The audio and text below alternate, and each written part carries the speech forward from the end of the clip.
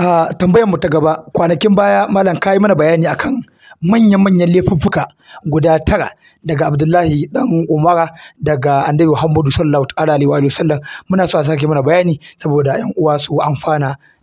Manyan laifuffuka guda 9 daga Annabi Muhammadu sallallahu alaihi wa sallam. Na farko shine shirka da Allah, haɗa wani da Allah wajen bauta. Allah baya yafe wannan. Abu na biyu shine kashe rai, wanda ya kashe rai da gangan ma, in wanda ya kashe rai da gangan, wallahi makomarsa jahannama. Allah zai fushi da shi, zai kuma tanada mashi azaba wacce take mai raɗaɗi. Abu na uku shine gudu a wajen yaƙin da aka shirya don ɗaukaka kalmar Allah.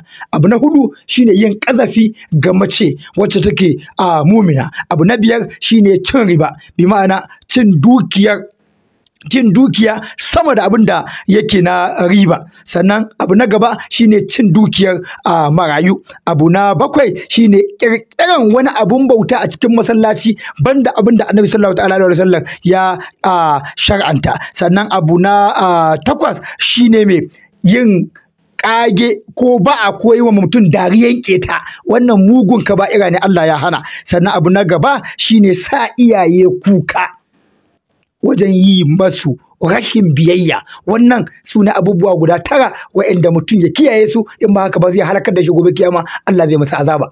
Ubangiji Allah ya tsare mu ya kare mu.